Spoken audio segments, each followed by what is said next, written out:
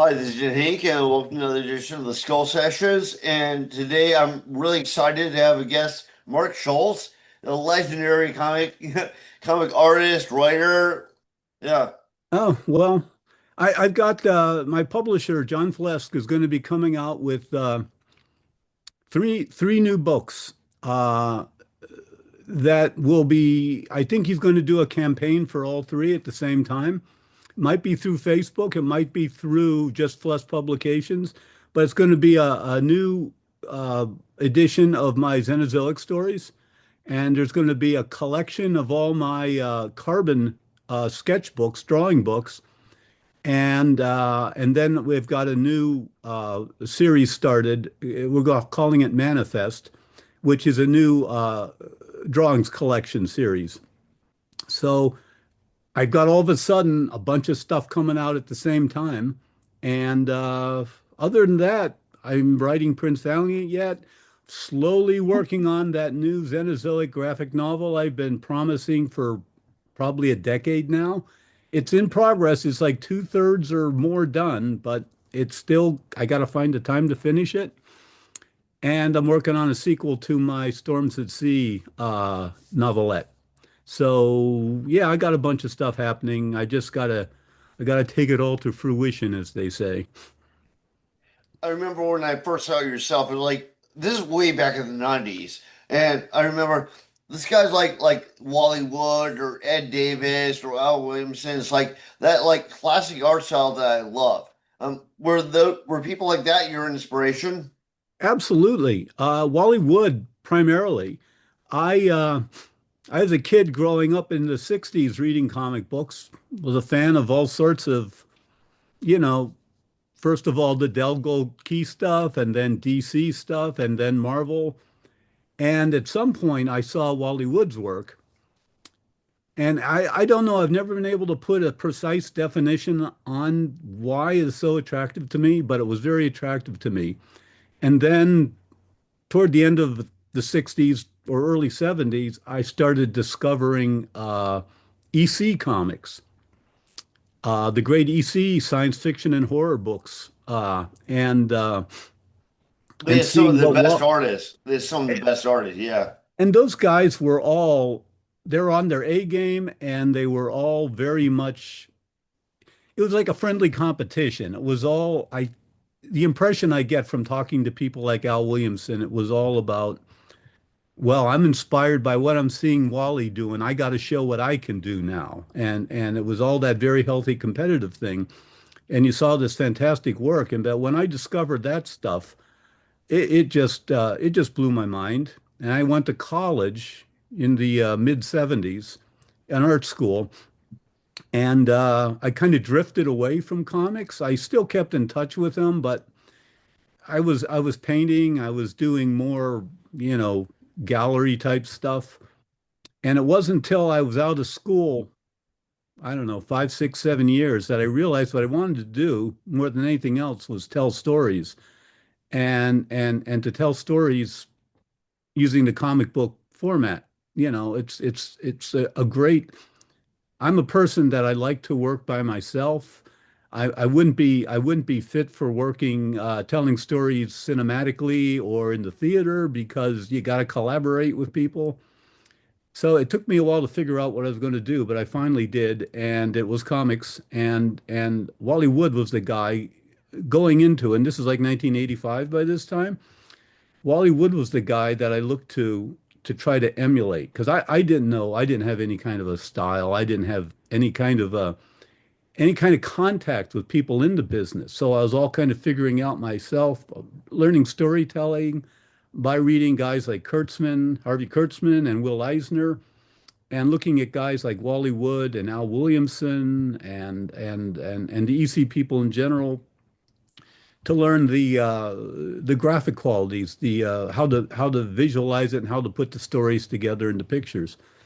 But Wally Wood was someone I was really trying to emulate early on, and I think I started to evolve into something of my own. But yeah, Wally Wood was kind of like the guy who pushed me over the edge and said, "Yeah, I want to try doing comics for a for a career."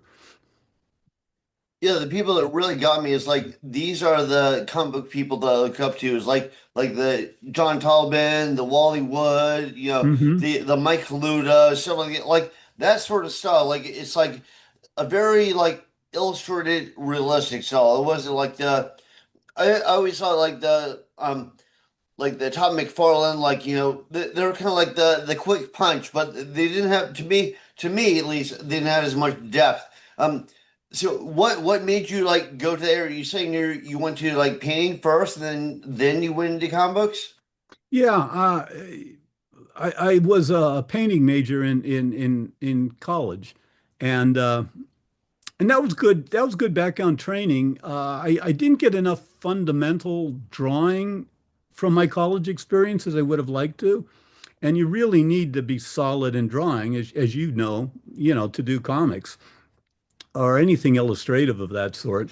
So it was a long kind of haul learning on my own. A lot of those the fundamental skills in anatomy and composition, how to use light and shadow, all these things that are necessary to be competent at comic book narrative storytelling.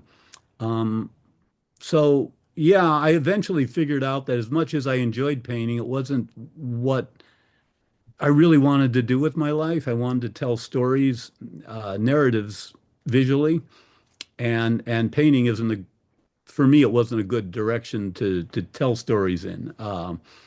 And learning how to draw, learning how to use brush and ink was the Did way you to do go. any commercial work with painting? Yeah, not with my painting so much. I did commercial work between college and when I got my comic career going. I did a lot of local stuff for you know books on how to plan and go how-to books. So Mm. using simple pen and ink or brush and ink illustrations to demonstrate how to go about planting and rearing a garden, or how to pave a sidewalk in your backyard, or how to redo your kitchen. So it was that kind of very cut and dried graphic how to do type of work. And other various small jobs for newspapers and stuff, doing illustrative stuff, a little bit of cartooning in there when the job required it. But that's what started me on learning how to work with a brush and ink, which I later developed into what I did in comics. I remember when I went to art school, they kind of like they tried to push you away from drawing and more into painting. Like I didn't mind because I enjoyed painting, but I was like, they don't really teach you like you learn like anatomy, but you don't learn like figures in motion. You don't Right. learn like I remember I had to buy a bunch of Bern Hogarth books on like wrinkles and drapery and stuff like that. It's Hmm. like and from what I understand, I may be incorrect, but from what I understand, some of the stuff about like the dynamic figures, in motion was stuff that he kind of made up, like the whole like cone and rod system. Like it wasn't, it's not strictly what they teach you if it's like a really like, highfalutin art school. Yeah. I think I don't like to say one thing or another is the right way to learn. I think different things work for different people. But I know that when I went to school, again, this is the mid 70s, there was a lot of, you know, just follow your inspiration type of and as opposed to again learning those fundamentals of drawing, of composition. There was some of that, but there was also a lot of just find your own thing. And a guy like me, if I'd gone to school maybe 5 or 6 years after I did, with a little more maturity, I probably would have gotten a lot more. I would have been more focused on following the right directions, going to the right sources. But that I wasn't, I was having fun in college, so too much fun probably. And it took me a while to get my act together. And actually, it was hitting 30 when I was turning 30 and I hadn't found out what I was going to do with my life, where I was going to take my skills with visual art. And that kind of scared me. It was like, at 30, I was thinking my life is almost over here. It's Yeah, no, that's kind of scary. Like yeah. I interviewed DC Comics. I Oh yeah. thought super super late. Like I think I was 26 or 27. I was like, oh, I can't believe I'm so old. Yeah. Well, you look at these guys, a lot of people know what they want and they're established as soon as they're out of high school, or maybe even before some people. Uh, Guys like Frank Frazetta and Al Williamson were established in comics by the time they were 15, 16, 17 years old. Yeah. Well, I And here think I, Brazil kind of like he was in the right place at the right time, personally. I mean, right. he's super talented. I'm a big fan Yeah. of his stuff, but he was also kind of in the right place at the right time. And like Al Cap needed somebody to draw. He hired Yeah. Frazetta because he needed somebody to draw. So, like you said, right time, right place. Yeah. And there's a lot of that in. There's that element. You've got to be good at what you're doing. You've got to be persistent and have the willpower to see yourself through the times that aren't so great. But but luck does, the right place, right time, exactly what you're saying does come into effect. That is important. And I was lucky that when I put my Xenozoic submission out there in 85, it was hitting the market kind of at the right time because the black and white boom had just happened. The Teenage Mutant Right. Ninja Turtles, wildly successful, and all of a sudden publishers were saying, "Hey, we don't have to go through the expense of printing color comics. This little black and white comic did really well." And that created an opening for a lot more. The business needed more cartoonists than what were available right then. And I was one of those people that just hit the market at the right time. And Kitchen Sink was looking to expand their line in a black and white direction.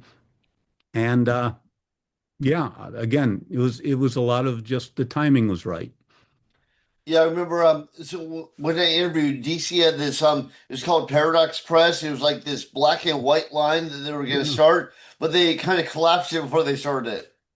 Yeah, that didn't last very long. And I remember I had a friend, an established uh, artist, drawer for comics who wanted to develop. He had a basic idea for kind of a sort of not a yeah like a science fantasy John Carter type of story, and I helped him develop it. Which I And think is hugely underrated, by the way. Like John Carter Mars, I actually like the movie. I think it was well, like a lot of people didn't see it coming, and they're like, "What is this?" and then watch it. But I liked it. well, you could tell that the studio didn't have any faith in it. They kind of Yeah, just yeah, buried it. But anyway, he wanted to submit to a creator-owned aspect of DC. So he submitted this proposal we worked up to the Paradox Press uh what do they call that? Like a imprint of DC. right. And they sent the contract back and it was, well, yes, you maintain ownership of this property, but in return for that, you're signing into perpetuity all rights to develop this as a film and book, blah, blah, blah, all merchandising rights. So it was a creator deal in name only. Yeah, And Alan Moore has a big trope about that, about how he got screwed. Yeah, right, right. So it's just be careful. That's why, you got to be careful. Things like, imprints that are supposed to impress and bring in the talent that, excited that of course want to own their own properties. Well, just make sure you read the fine print in your contract. I've heard lots of good stuff about Dark Horse, though. Like, I know that people complain about Marvel and DC, but not Dark Horse. Was Yeah. Dark Horse pretty fair with you? Yeah, they were good. I did mostly work for hire for Dark Horse. I wrote a number of their licensed properties like Aliens and Predator, things like that, and they were Hmm. fine to work with. Yeah. And you have somebody else now that's putting out like a continuation of your stuff. Is that correct? Yeah, Flusk Publications. They're out of California. It's a small press. Check it out. Go to their website, flusk.com, and it's more or less, I don't want to say a boutique company, but it's it serves a niche, and John Fleskis does beautifully packaged collections of both comic artists, their work, their single image works, as well as their comics, and also contemporary illustrators uh, and classic illustrators too. He's got some great volumes on guys like Franklin Booth, but it's a great company to work with. It works very well from my perspective for what I want. Uh, it's a small company, so you don't get the big promotion boost that you do from a major company.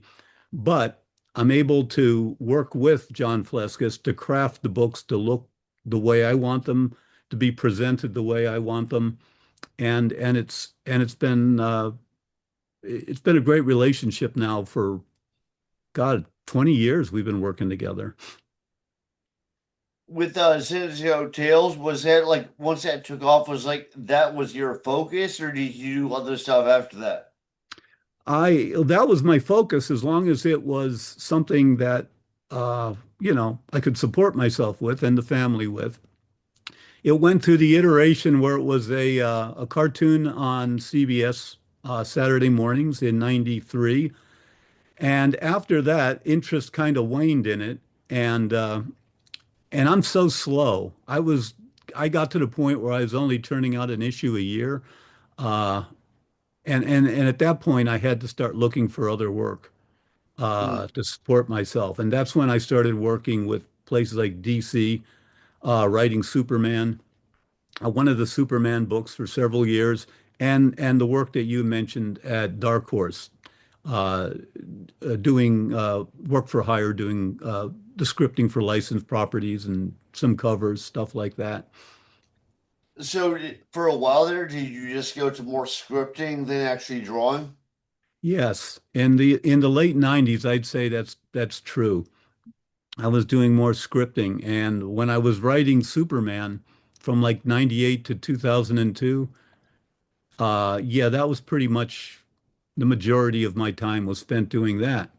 But then what happened as I was closing out my time writing Superman, one of the Superman Man of Steel book, um, I got an offer from Wandering Star Publications in England to illustrate the first volume of their collected Conan stories, Robert E. Howard's original Conan stories. And if you aren't familiar with these were beautifully crafted, like collector's hardcover editions. They'd also worked with Gary Gianni on Solomon Kane and Bran McMorn. These are all Right. Robert E. Howard properties. Yeah. Uh, and I did the first volume of the Conan collection. So that took me in a different direction of getting back to doing visual art. And this was illustration. And that got me back into painting a bit too, because I had to do color work as well as black and white pieces, ink pieces for that. But that kind of took me back away from being more of a pure script writer into I try to keep a balance between writing for comics, writing prose, whether those are, essays or fictional works, and doing my visual stuff. Again, I'm so slow. What I'd really like to be doing more than anything else would be doing more comics work, panel to panel narrative art. But I'm so slow. I'm so slow, and it really is a young man's game. You really need energy to do that. So I do more illustration and prose writing and scripting these days, with Do the you idea find that I will get back to finishing my Xenozoic graphic novel well, before. I'd love to see it. I always like that storyline. I just wish there was more of it. Thank you. Yeah, me too. I'm working on it. What do you think? Like going aside to a little bit different subject for a while, for a minute. Like I noticed that like a lot of like illustrators that are really good at illustrating or painting, but not both. I mean, there are some people that are like awesome at both. Like Frank, for instance. Frank could like do an awesome drawing and awesome painting, But then there are other people, I won't mention names, but they're like amazing illustrators. And when they come to paint, you're like, just you don't capture the magic. Yeah. If I knew the answer to that, I'd be good at all of it. It's just people have certain skills, and yeah, I don't know. I don't know.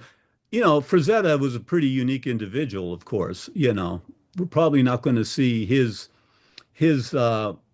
abilities across many different, medias duplicated, for a long, long time. But Right, well, he's one of a kind. Like those yeah, rock stars put out that amazing album, and you're like, there's not another one just around the corner. yeah, yeah.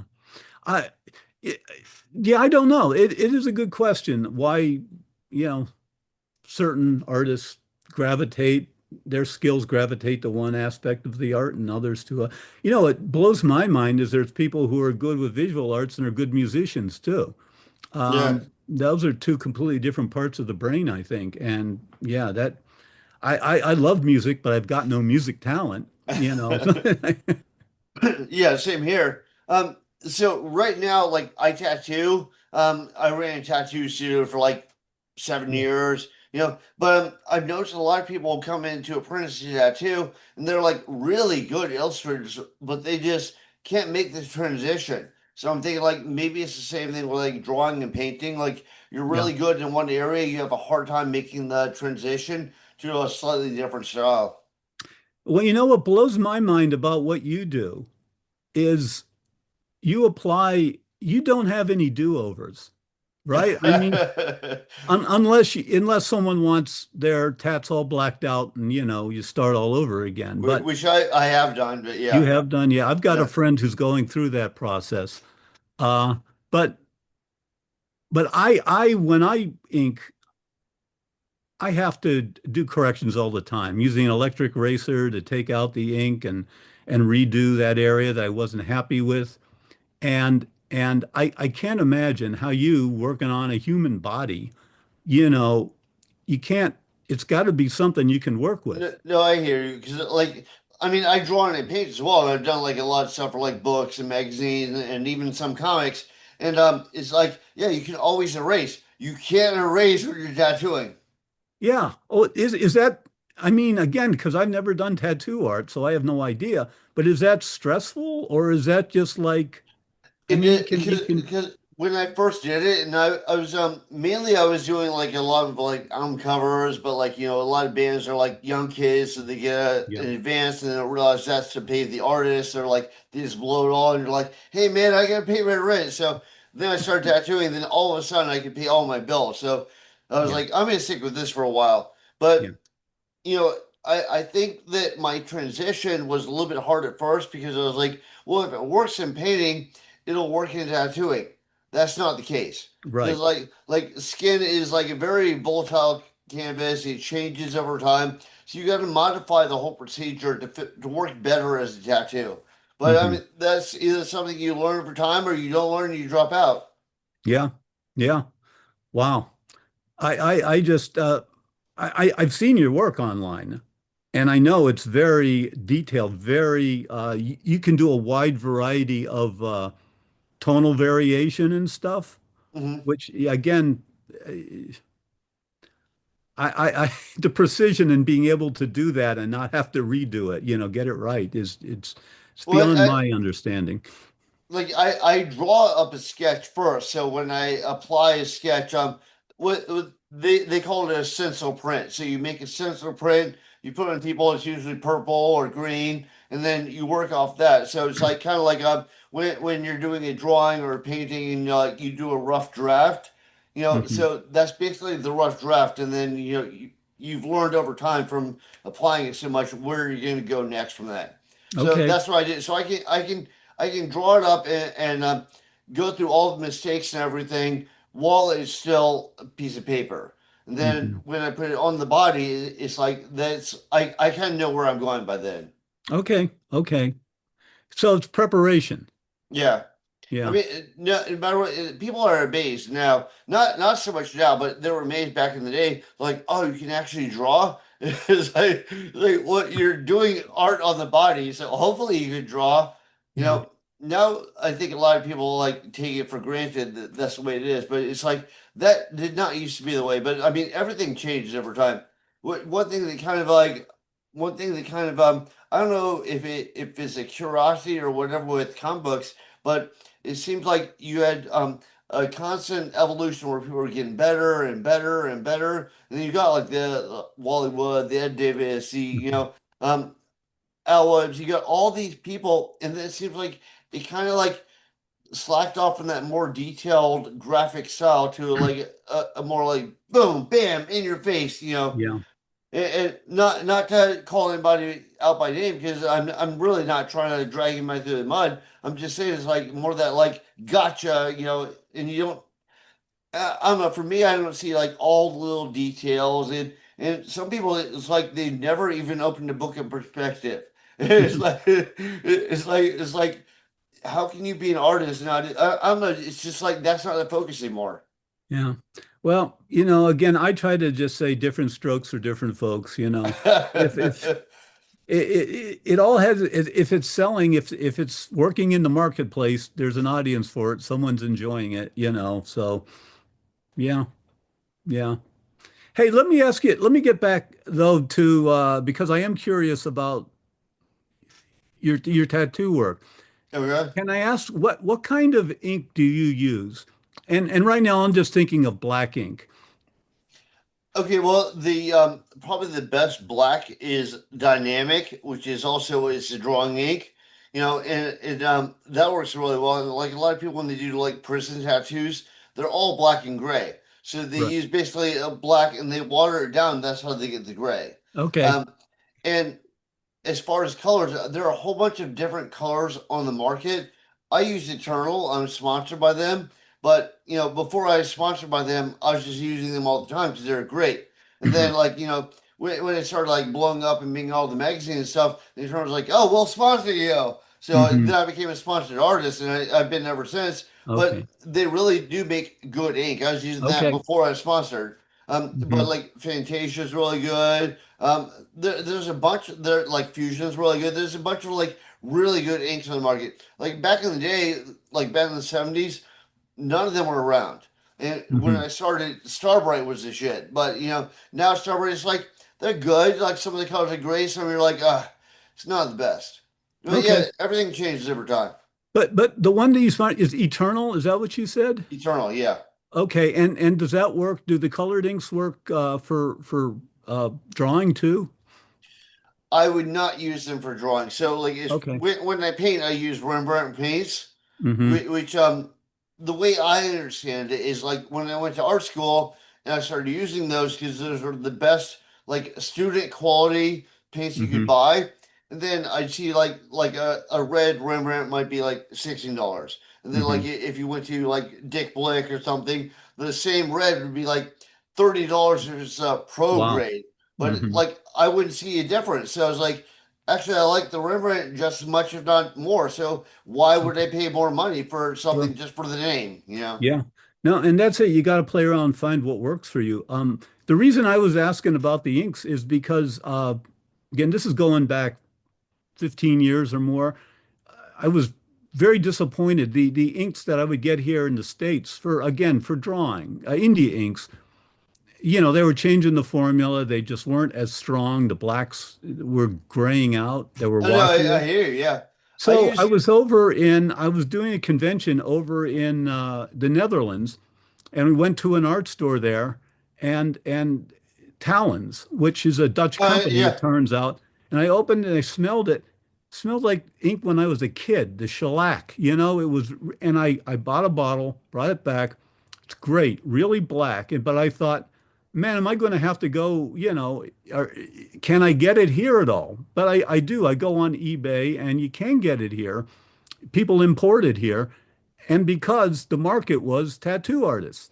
Well, Um, people used to use Talons a lot for their yeah, like black and gray, but then they found that a lot of that like the funny thing is that actually grays out more than like really. dynamic does. But Okay. when I do when I do illustrations, the black I use is that repeated graph like black they use for pens. Right.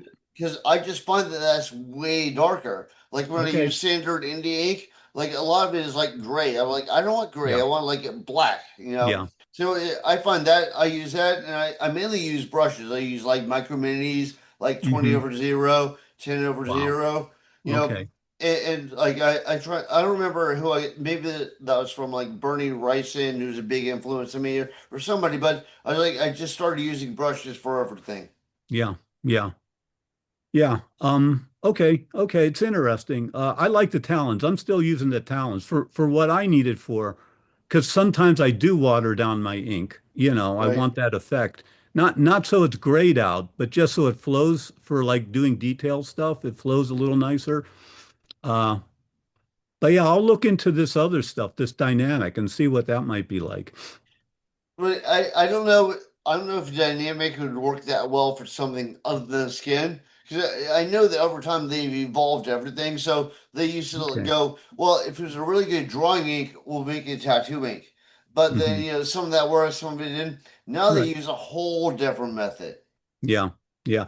I know, but it might work. I'll just try it and see. It might work, it might not. I'm always experimenting with the Sumi inks from Japan and Yeah, stuff yeah. and Kurosumi, yeah. It's yeah, awesome, yeah.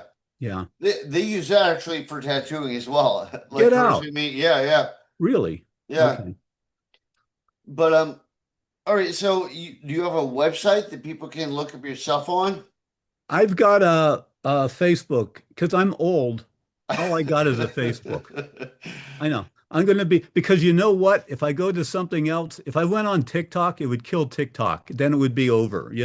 But no, I've got a website, Oh, Mark you Schultz. you use a little like pink mini dress, you Oh know. yeah, yeah, yeah. That would do. That would kill TikTok instantly. No, I've got on Facebook Mark Schultz's Xenozoic Tales and Other Stories. Horrible name, way too long, but that's what it is. And again, the other place to go would be fleskpublications.com, flesk.com. They have a gallery of my art for sale up on that too. So if people wanted to take a look at individual drawings and things, that's a good place So to they go. can buy original art and stuff like that. Yeah. Hmm. Yeah, I remember like my prize and joy back when I was like 17. I mean, this is back in the 80s. But my prize, I had a Barry Windsor Smith Machine Man page. Wow. And and I remember I paid $175 for it. I was like, to me, that was a fortune because I was a Yeah. kid. Uh-huh. Now that Yeah. then at one point it was broken, I sold it. Now that same page is 5 grand. Yeah. How about it? I, I, the first time I went, have you ever gone to the San Diego Comic Convention? No, I'm in New York, so it's like that's on Oh, the other side of the okay. continent for me. Yeah. Well, I used to go. I stopped going, but I used to go because it was good business. But the first time I went was 1990, and I had done a piece. It was just a standalone one, like a pinup type thing, and an art dealer had bought it. And he said, "Well, just bring it to San Diego." And because he knew I was going to be there, he was setting up there. He says, "Just bring it by, the original when I got there." So I did, and he looked at it, and he'd paid me what we'd agreed on, which wasn't much at the time. But he says, "Look, there's a box of original pages over there. You can page through them and pick out one for yourself." Because generous thing to do. He didn't have to do it, but he thought what I'd done for him was worth a little extra. So I go through this box, and you wouldn't believe what. This is 1990, and what it came down between was a Russ Manning Magnus robot fighter splash page Okay. and a Jack Kirby Fantastic Four splash page. I took the Russ Manning Magnus Rider, and of course, I'm happy with it. It's a gorgeous page. But can you imagine if I took that Jack Kirby Fantastic Four splash page, what that would be worth now? Good Lord. Although that might be bad karma because I know a lot of the Jack Kirby stuff was just stolen from him. Like, Yeah. Well, that's true. That's yeah. true. That's a good point. You're making me feel better about my decision. Good. So, all right. So I'm a big fan of Eternal Link, but I would not use him for drawing. Okay. All right. But Cool. definitely Sumi's good. Um, Mhm. I haven't used Talon for drawing, so I have no idea. But you I do love it. awesome stuff, so like it must work. It works again, really black if you want it to be really black. And then if you want to water it down a little bit, it waters down nice. So yeah, I like it. Okay. And was it you said you have something coming out very soon, like a publication coming out? Yeah, I've got those three books with John Fleskis with Flesk Publications that will be doing a campaign, like a crowdfunding campaign. Right. At the I think May 26th, it's going to launch, and so the books will be out, I imagine, sometimes late summer or early fall. Well, I'll make sure that I get this episode up in time for the crowdfunding campaign, so you get like a little more promo. Oh, thank you. I appreciate that. That would be great. Yeah, thank you. Thank you. And it will be, they can go again, they can go to the Flesk Publications website to get information on, what the venue is going to be, if it's going to be through Kickstarter or just directly through Flesk Publications. I mean, well, hopefully they're really good. I've noticed a lot of people like from the old days, like Bob Burden and Mhm. the who's it get Donald Simpson, I think, who did Yeah. Megaton Man. So Yeah. like Tim Vigil and all that stuff. Like all they're coming like with Kickstarter campaigns. They're like immediately getting funded, so they're doing very well. Kickstarter really and crowdfunding in general really has changed the business so much. Now you have, these what I call niche publications like Xenozoic or Mm, Megaton Man that have real hardcore readerships, but it's not a huge readership. It's not a Marvel or DC or Dark Horse size readership. And you can keep control of your art. You can keep control of the package of what you want it to be without having to deal with a publisher, a big publisher, and you can still make a living at it. You can control everything yourself. It's work because you've got to go through fulfillment then too. But like I say, I'm lucky I'm in a position where I'm working with a great publisher who takes care of that fulfillment end of things and the production end of things. But even if you're working by yourself, producing your own work, yeah, crowdfunding has really changed the game. okay. Yeah, no, it's weird because it used to be like if you wanted anything to publish, it'd be like one of the big publishers, and Yeah. now it seems like a lot of people would like. I have a lot of like indie comic artists on this podcast, Hmm. and they all do that. Yeah. Yeah. No, it really has.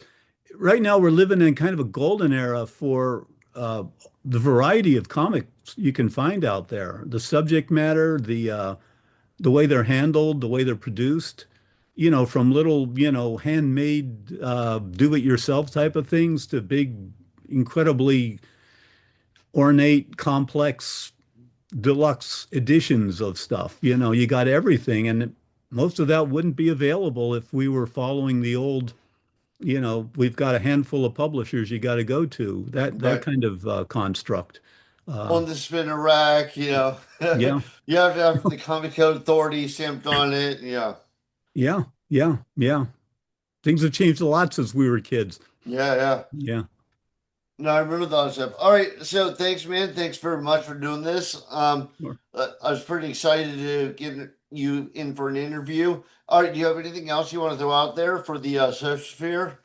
Uh, uh, I'll be in Heroes Con down in Charlotte, North Carolina in I think it's June 12th, 13th, 14th.